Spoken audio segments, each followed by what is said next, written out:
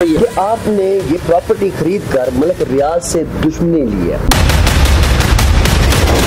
क्या पंजाब की अगर आज गवर्नमेंट में जो काम हो रहा है, फिर आप कहेंगे झुकाव वाली बात को छोड़ दें? क्या सिंध वालों में जो डकैतियां चोरियां जो कुछ हो रहा है सिंध के अंदर वो एस्टेब्लिशमेंट करवा रही है?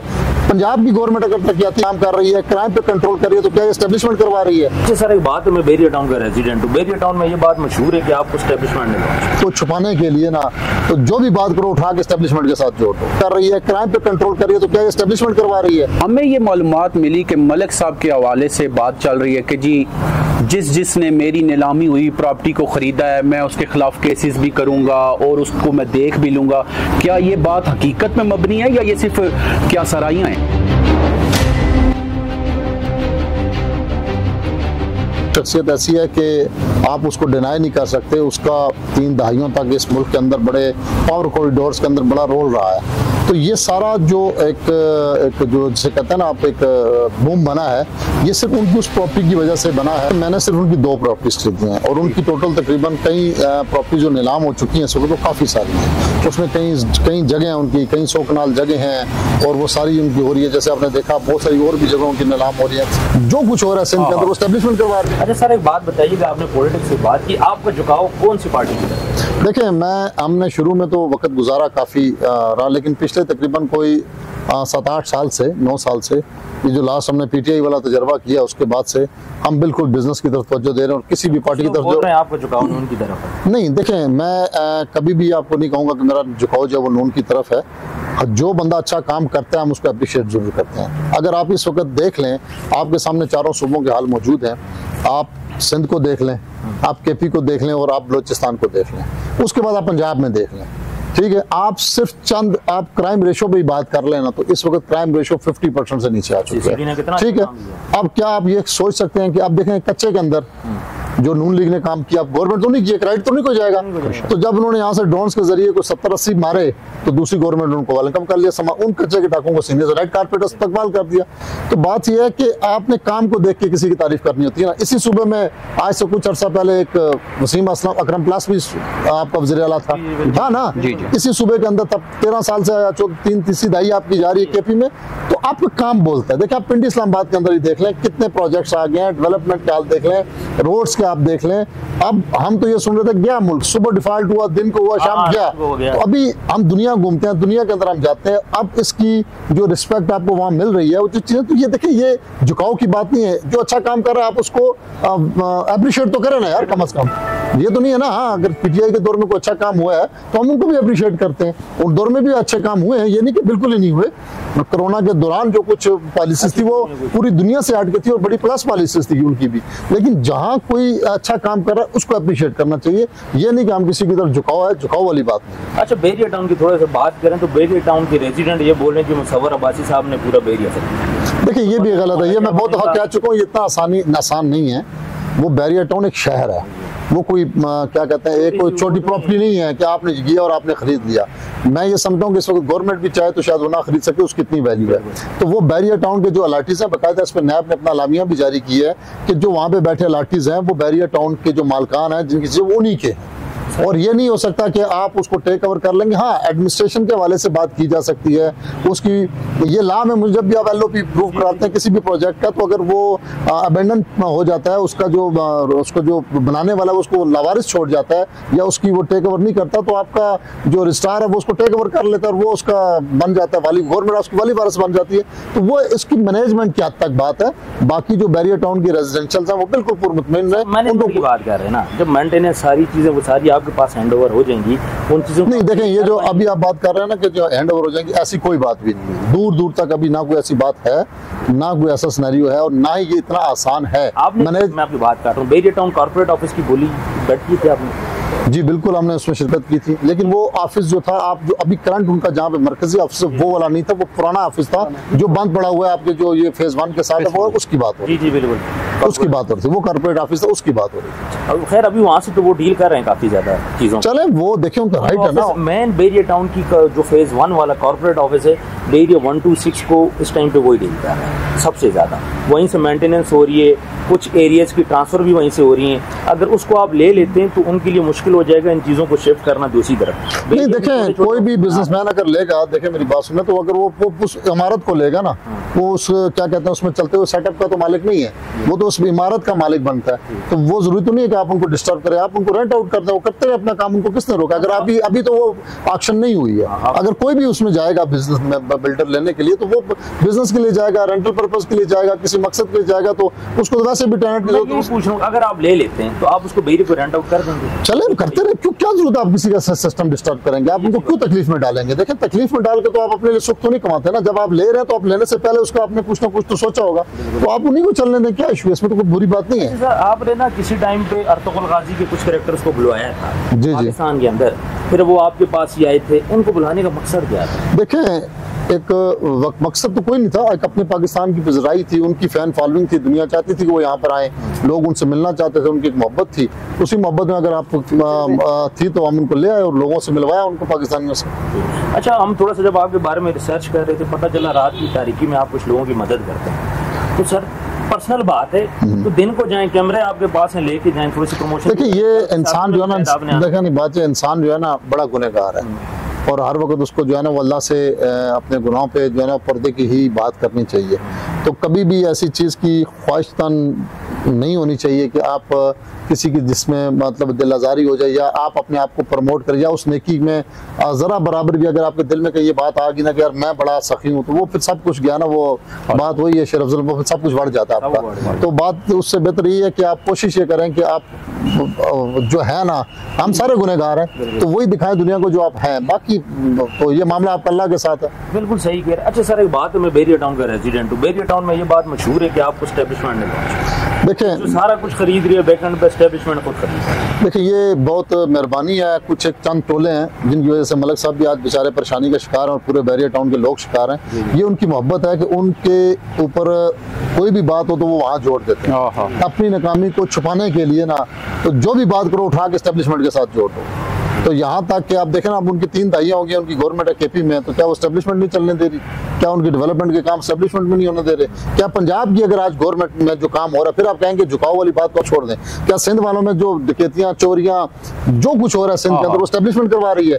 पंजाब की गवर्नमेंट अगर तरक्याती काम कर रही है, क्राइम पे कंट्रोल कर रही है, तो क्या एस्टेब्लिशमेंट करवा रही है? ठीक है, वफाक की गवर्नमेंट जो कुछ कर रही है, ये सारे जो अपने काम कर रहे हैं, तो देखें हर चीज को नथी करना, आजकल डिजिटल मीडिया का दौर है, कुछ भी आप कह सकते हैं, लेकिन ऐसा नहीं होता। ये एक रैंडमली बात है। जो हमने पहली प्रॉपर्टी ली, मैं आपको ये बताऊं कि यहाँ ही हम बैठे हुए थे, कुछ दोस्तों ने कहा यार कल है तो चले नहीं, हमने कहा वैसे एक जस्ट उसमें हम गए, कोई उसमें हमने इससे पहले कहीं प्रॉपर्टियां ली ऑक्शन में, तो वैसे ही हम चले गए, उसमें बैठ गए, वहाँ बैठे बैठे हमने भी बोली देना शुरू कर दी।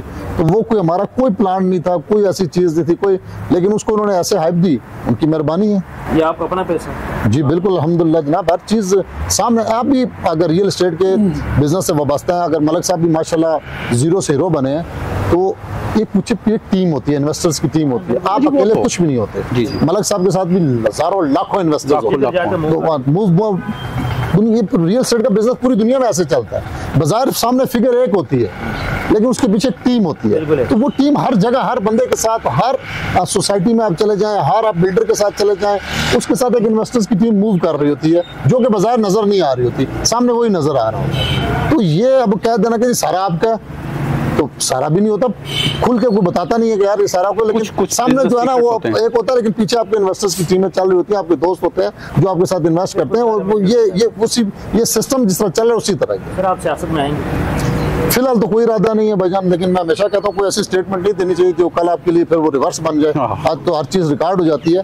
फिलहाल तो भाई ये मुश्किल काम है, आसान काम नहीं है सियासत करना, लोगों की खिदमत करना। मैं कोई इतना इसको आप इजी ना समझें, ये बड़ा मुश्किल काम है। फिलहाल तो कोई ऐसा इरादा नहीं है, लेकिन शायद मुस्तकबिल में बन कीजिए।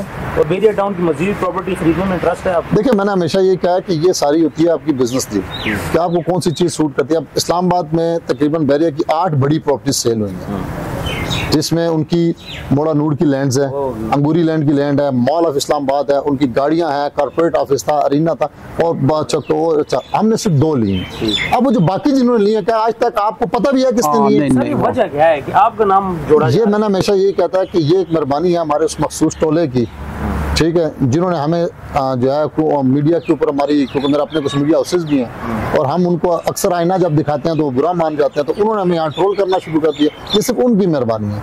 आप जाके देख लेना, आप जाए रिकॉर्ड उठाए ना, वो मुझसे कई गुना ज्यादा महंगी प्रॉपर्टियां बिकी है, महंगी वो ज्यादा महंगी बिकी है। तो उन बंदों को आप जानते भी हैं, उनके नाम भी आपको पता है? कोई ना। सर आपने अभी जिक्र किया है कि मीडिया हाउसेज हैं हमारे, तो आपका एक चैनल है, अवामी हलकों में कहा जाता है कि आप जो है ना एक मखसूस जमात का एक बयानिया चलाते हैं। नहीं, आप आ जाएं, आप भी बैठे, आप जो बात करेंगे हम तो, मैं तो सराम खुल्लम खुल्ला पीटीआई वालों को भी कहता हूँ। शुरू में अगर आप देखें तो मेरे चैनल्स के अंदर 70% जो है वो पीटीआई के लोग थे। जो फिर देखें, बात ये होती है कि आपने एक चीज दलील से साबित करनी होती है। हमने एक प्लेटफॉर्म दिया ना, आप कहते हैं मैं जो कहता हूँ वो ठीक है, तो घर बैठ के तो कहना, हम अपने हम ख्यालों में बैठ के कहना तो ठीक है, लेकिन उसको दलील से साबित करना, आर्गूमेंट्स करना, उसके लिए हमने जब प्लेटफॉर्म दिया तो आहिस्ता आहिस्ता तुमको तकलीफ होना शुरू होगी। जब आप 4 बंदों में बैठ के अपना जो आर्गूमेंट है वो मनवाना होता है ना, कि यार मेरा आर्गूमेंट ठीक है, मैं ये कह रहा हूँ, मेरी ये दलील है, तो मेरे पास तो 70% से ज्यादा लोग जो है वो क्या कहते हैं, पीटीआई के लोग थे। आज भी काफी सारे लोग मेरे पास थे। देखें, सदीक जान जैसे हो गया, शाहबुद्दीन हो गया, सलमान दुरानी हो गया, ये सारे तो आजाद के चेहरे थे, ये तो हमारे पास काम करते थे। आज भी उनके काफी सारे लोग हमारे साथ मुंसलिक हैं। ये बात नहीं है, बात यह है कि जब आपका बयानिया, देखें मैं इसको और तरीके से लेता हूँ, पीटीआई के दौर में ARY कहाँ पे था और जियो कहाँ पे था? सही बात है, ARY बहुत ऊपर था। क्यों था? ऐसा ही है कि उस पर छाप लग गई थी कि यार ये तो इनकी बातें चलाता है। जियो उनके खिलाफ बात करता था, तो उसको वो कहते थे यार ये तो बिल्कुल। आज जियो कहाँ है और ARY कहाँ है? सही बात। देखिए, ये मतलब है, आप उस चीजों को आप मद्देनजर रखें कि जिस भी, जब आपको किसी को भी आप आईना दिखाने की कोशिश करेंगे, उसको उसकी हकीकत बताएंगे, तो वो आपको ट्रोल करेगा। फ्यूचर में आप मेन स्ट्रीम मीडिया में जाना चाहेंगे कोई इस तरह? देखिए, फ्यूचर जो है ना वो डिजिटल मीडिया का मेरे भाई। अच्छा, मतलब देखें, भी बड़े चैनल, एक वक्त था कि आप अखबार का दौर था। सही बात। ढूंढने से सुबह हम बचपन में, अगर आपको एक सर्टन टाइम होता था, अगर वो घंटे डेढ़ के अंदर अगर आपने अखबार नहीं उठाई तो फिर आपको पूरा दिन अखबार नहीं मिलती थी, नहीं मिलते थे। ठीक है, वो एक दौर था। हम शुरू में आज से 20-21 साल पहले जब रील स्टार्ट किया तो छोटे छोटे ऐड ढूंढने पड़ते थे अखबारों से, संडे के अखबार से, यार ये देखें गाड़ी कहाँ पे है, प्लॉट कहाँ पे है, किधर क्या है, वहां से नंबर निकाले जाते थे, राब्ते किए जाते थे। आज अखबार का क्या हाल है? आप और मेरे ख्याल से हम पकौड़े भी नहीं रखते, पढ़ते ही नहीं है, नहीं सारी चीजें क्यों, उसकी जगह ली सेटेलाइट चैनल्स हैं। अब दौर जो है, आपके घरों में सब में टीवी लगे हुए हैं, आप कितना सेटेलाइट देखें? कोई नहीं। तमाम सेटेलाइट किस पर आ गए हैं? डिजिटल। तो आने वाला दौर में आप इसे देखेंगे कि जैसे सेटेलाइट का हाल भी यही होना है जैसे न्यूज़पेपर्स का होगा। सही बात। तो आने वाला सारा दौर जो है वो सेटेलाइट का, तो और आगे चीजें जा रही है, AI आ रही है, बहुत दुनिया आगे चली गई है। तो मेन स्ट्रीम जो है वो आने वाले दौर में यही है। आप फ्यूचर में अपने आप को कहाँ पर देख रहे हैं, और कोई आपका एक ऐसा ख्वाब जो आपने पूरा करना हो कि ये करना है मैंने? देखें, बात ये भजन, इंसान के ख्वाब तो कब्र की, वो नबी पाक सल्लल्लाहु अलैहि वसल्लम का फरमाना है कि इंसान की पेट ख्वाहिशात जो है ना वो कब्र की मट्टी पूरी कर सकती है। बाकी तो दुनिया में तो कोई इंसान की लिमिट और गोल जो है ना, वो जब एक गोल को अचीव करता है तो दूसरा दूसरे को करता है। ये फितरतन तबतन इंसान के अंदर मौजूद है, वो लालच करता है। और हर तरफ जो आप देखें ना, पाकिस्तान दुनिया की सुपर पावर का जो प्रेसिडेंट ट्रंप है, वो एक नोबेल प्राइज के लिए रोया नहीं है बेचारा, तो पीछे छोड़ा नहीं है ना। इस हद तक आप खुद देख लें, तो ये इंसान की एक अपनी, हर इंसान की एक अपनी सोच होती है, एक वो होती है। इसमें ये कहना कि जी आपको गोल है, गोल कभी भी अचीव नहीं होते इस दुनिया में, ठीक है, क्योंकि हमारे नबी ने फरमा दिया कि इंसान की पेट की जो हवस है ना वो कब्र की मट्टी भर सकती है और कोई भी नहीं। बाकी कोशिश है, मैंने तो मिडिल क्लास उठे हैं, कोशिश यही है कि हमारे हाथों किसी के साथ चीट ना हो। बाकी हाँ, जानबूझकर कोई गलती से कहीं गलती हो जाए, हो तो वो अल्लाह पाक हमें उसकी इजाला करने की तौफीक दे। हम किसी के साथ चीट ना करें, किसी को धोखे में ना रखें, जो कमिट करें कोशिश उस पर पूरा उतरें और आगे बढ़ते चले जाएं। बाकी मंजिल तो अल्लाह के हाथ में। मेरे एक दोस्त का सवाल है, जब मैं यहाँ पे आ रहा था आपके पास, तो उन्होंने कहा कि उनसे ये सवाल कीजिएगा कि आपने ये प्रॉपर्टी खरीद कर मलिक रियाज से दुश्मनी ली है, क्या कहते हैं? ये अक्सर मुझसे लोग ये पूछते हैं कि जी दुश्मनी ली है, ये बिल्कुल ऐसा नहीं है। कभी कुछ मैं आपको, मैंने पहले बताया कि मलिक साहब भी कारोबारी आदमी है और मैं खुद बजाते खुद मलिक साहब का बड़ा एहतराम, क्योंकि मेरी कभी उनसे ना पाकिस्तान में मुलाकात है, ना मेरा कभी मैंने उनके साथ बिजनेस किया, ना मेरी उनसे कोई रब्ता है।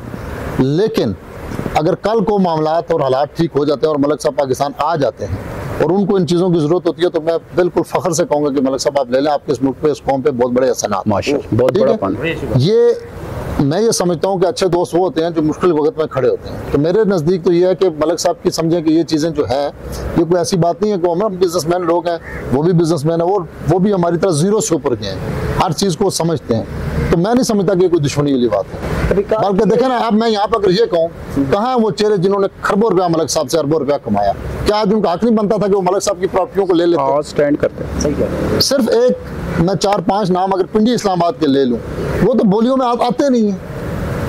लेकिन अगर किसी दोस्त की मुश्किल वक्त में कोई चीज़ नीलाम हो रही है तो आप ले लो ना यार, बाद में उसको दे देना उसको।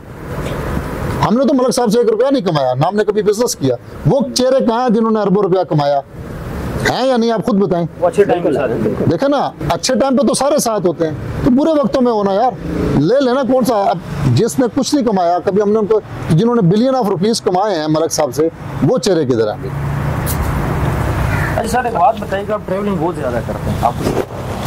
जी, ये बेसिकली मैं ट्रैवलिंग मेरी हॉबी है, शौक है, बस निकल जाते हैं हम कहीं ना कहीं घूमने के लिए, कोशिश होती है दोस्तों यारों के साथ मिलकर? अक्सर दोस्तों के साथ, फैमिली के साथ भी, कभी कभी अकेले भी निकल जाते हैं। अच्छा, तो आपके बच्चे भी मीडिया की तरफ या सियासत की तरफ? अभी तो स्टडी में छोटे हैं, पढ़ रहे हैं, देखें इंशाल्लाह आगे वक्त है, वो तो उनकी अपनी है। ये बहुत बड़ी अल्लाह की नेमत होती है कि जो आपकी लेगेसी है वो एज इट इज़ मुंतकिल हो जाए, वरना होता बहुत कम है। बहुत कम। ये आजमाइश जो है नबियों पर भी आई है, बड़े लोगों पर भी आई है, तो ये बहुत कम होता है कि आप जो सोच रहे हैं आपकी औलाद भी उस पर चले। अच्छा, सीसीडी की हम लोग बात करें, मरीम नवाज का बड़ा अच्छा इनिशिएटिव है, बड़े अच्छे इकदाम कर रही है, डकैतों को भी पकड़ रही है, कुछ इनकाउंटर भी हो रहे हैं। आप सीसीडी के क्याम से खुश हैं? देखिए, हमारे मुल्क के अंदर ना जो जुडिशरी सिस्टम है, चूँकि मैं खुद वकील हूँ, वो गलत नहीं है, लेकिन उसके अंदर इतने लूप होल्स हैं कि मुलजम जो है ना हमेशा बच जाता है। यानी कि जुर्म को साबित करना ना, मैं खुद वकील हूँ ना, इतना ईजी नहीं। आप सुप्रीम कोर्ट? नहीं, मैं इस्लामाबाद हाई कोर्ट का, तो बहुत ही मुश्किल है कि आप किसी जुर्म को साबित कर सकें, उसमें बहुत लंबा एक प्रोसेस है।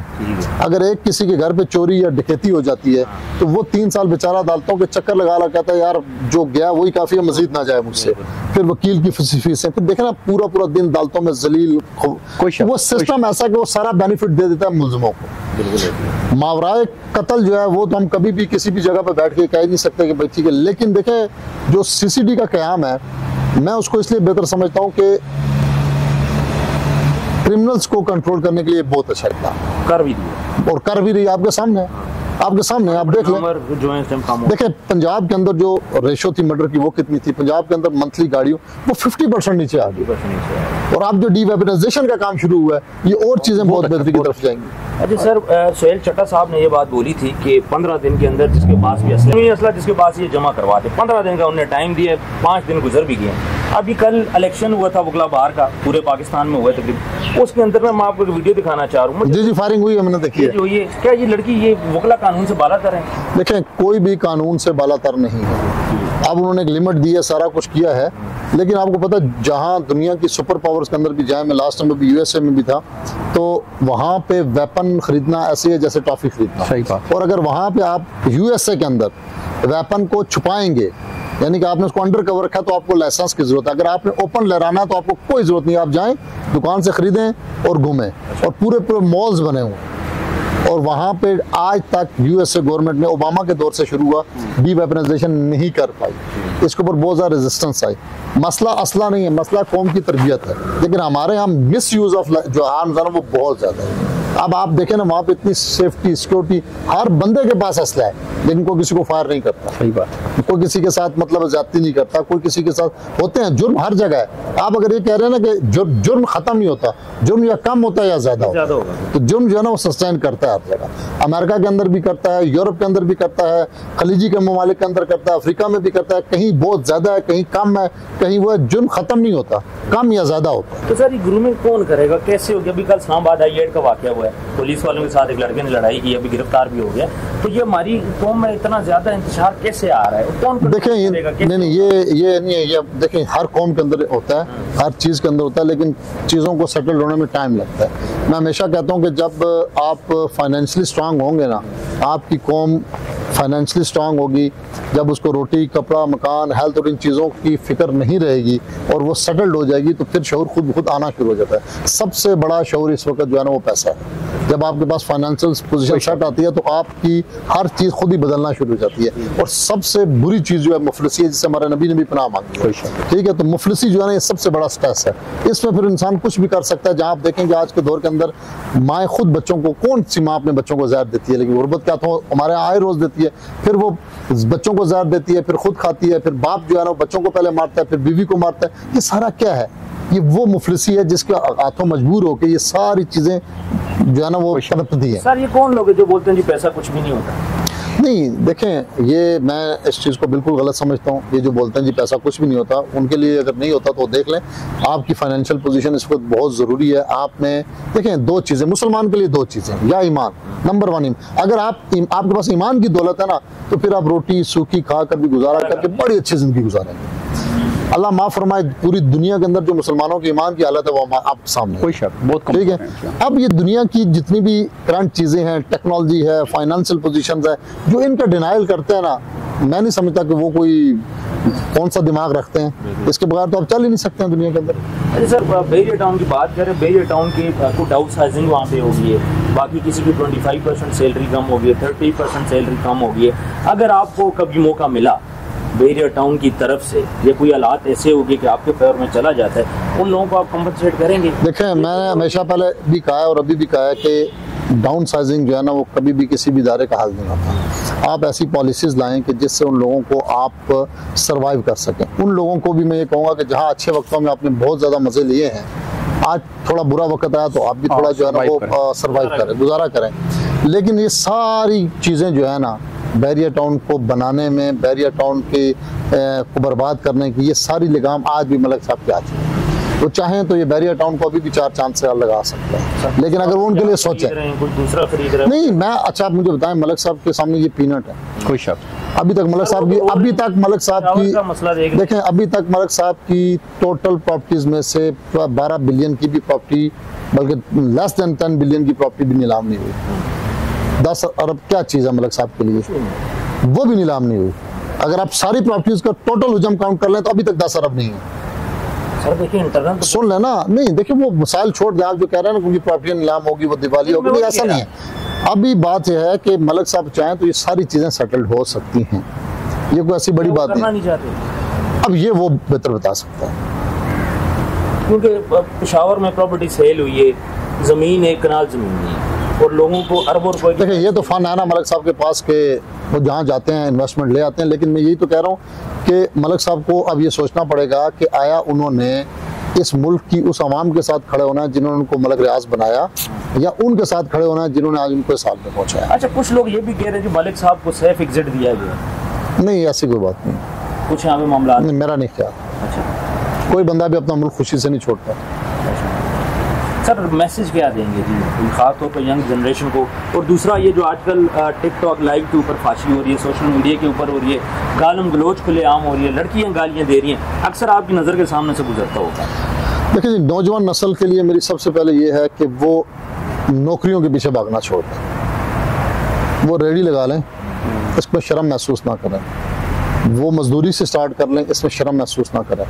वो जो ये डिग्री हमारे माशरे के अंदर ये डिग्री और जो वाइट कलर जॉब का कंसेप्ट है, इससे निकल जाए। तो रिश्तेदार क्या कहेंगे? देखें, यही जो नौजवान जो है ना मुल्क से बाहर जाके वो काम करता है, वहाँ भी देखते हो, ठीक है, नहीं यही सबसे बड़ा मसला है। यही रिश्तेदार, यही फैमिली, यही बरादरी, यही माशरा, जब 4 पैसे उसके पास आ जाएंगे तो उसके पीछे खड़ा होगा। तो इसलिए उस वक्त तक इनकी मत सोचे, जब मेहनत करें, जब वो इस मकाम पर आएगा तो ये सारे इनके पीछे खड़े हो जाएंगे, वो भूल जाएंगे। वो एक मशहूर डायलॉग भी था ड्रामे का कि वो क्या कहते हैं कि आप इतने अमीर बने कि दुनिया को जो आपके ऐप है वो स्टाइल लगने लगे। तो ये बिल्कुल ऐसी बात है कि जब आप कामयाब हो जाते हैं तो आपके सारे ऐप फिर जो है ना वो स्टाइल बन जाते हैं, वो छुप जाते हैं। तो ये जहन से निकाल दें कि मैंने नौकरी करनी है।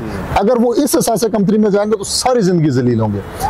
मेहनत करें, अपना कारोबार शुरू करें, और वो 10 साल में नौकरी में वहाँ नहीं पहुंचेंगे या 2 साल में अपने कारोबार में पहुंच जाएंगे। अब भाई साहब मुझे ये बताएं कि ये जो NA51 है, वहाँ पे आपकी नज़र में कौन सा सियासतदान मंजा हुआ और इस टाइम बेस्ट आप समझते हैं जो है कि वहाँ के लिए ठीक है, क्योंकि वो आपका हल्का है, वहाँ से आप ज़ाहिर बात तल्लक रखते हैं, तो इस हवाले से सवाल कर रहा हूँ। देखें, हर इंसान की एक अपनी कैपेसिटी होती है जी।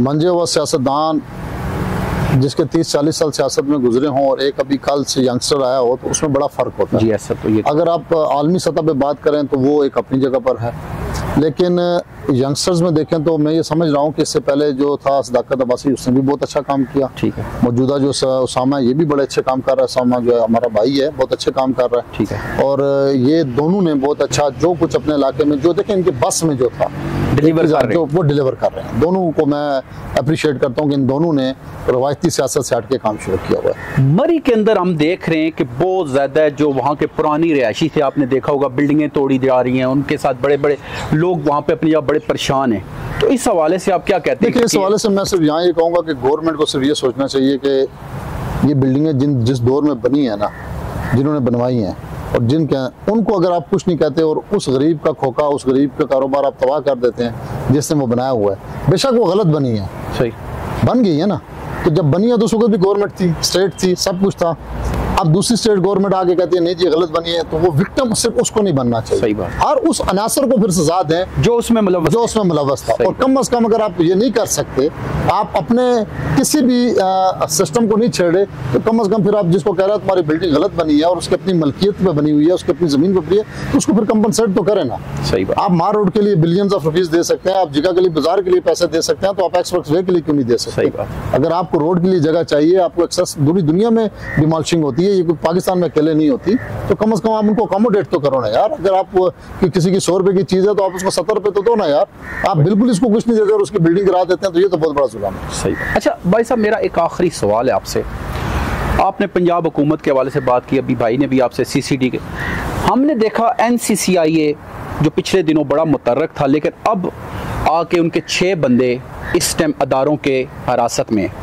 दूसरी तरफ CCD के 2 बंदे, एक जवेद नाम का बंदा और एक तौसीफ नाम का बंदा, उन्होंने एक बंदे को अगवा किया, 5 करोड़ रुपया मांगा, 40 लाख में डील हुई, अभी वो भी पकड़े जा चुके हैं। हमने ये देखा, ये पहली दफा हम होते देख रहे हैं कि अदारों के अंदर भी एहतसाब हो रहा है। देखें, तो क्या समझते हैं आप? इदारों के अंदर अगर एहतसाब नहीं होगा ना, तो अवाम का आपके ऊपर से ट्रस्ट खत्म हो जाएगा। सही बात। पूरी दुनिया के अंदर, हर इदारे के अंदर हर तरह के लोग मौजूद हैं।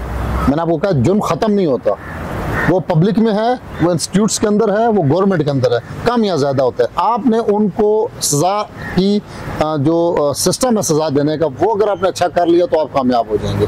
अगर ये जो लोग अभी पकड़े जा रहे हैं, जो NCCI के अंदर पकड़े गए हैं, जो अभी CCD के अंदर पकड़े गए हैं, तो अगर आप इनको इबरत का निशान नहीं बनाएंगे तो ये आपके लिए जो है ना, काफी आने वाले वक्त में फिर आपके ऊपर लोगों का ट्रस्ट खत्म हो जाएगा और आपको इनको सजा देनी होगी। कोई शक। सर बहुत बहुत शुक्रिया, आपने कीमती टाइम दिया। आप इंशाल्लाह हमें दोबारा भी टाइम देंगे। आपकी बातें बहुत अच्छी लगी। उसकी रीज़न ये कि बहरिया टाउन के रिहायशी होने के नाते बहुत ज़्यादा हमें कंसर्न थे। हमने तो यहाँ तक सोच लिया था कि हम अपनी गली वाले जमा होकर अपने गार्ड रखें, अपना सफाई वाला रखें, अपनी बोर करें, गैस दफ्तर जाएं, ये सारी चीज़ें खुद करें। लेकिन आपसे बात करने के बाद हमें ये पता चला कि आप कुछ प्रॉपर्टीज़ में इंटरेस्ट रखते हैं, बाकी सिस्टम उसी तरह ही चलेगा। बहुत बहुत शुक्रिया, आपने टाइम दिया। व्यूअर्स, कमेंट सेक्शन में कोई भी क्वेश्चन हो आप हमसे पूछ सकते हैं। अपना ढेर सारा ख्याल रखिएगा। मिलते हैं नेक्स्ट वीडियो में। अल्लाह हाफ़िज़।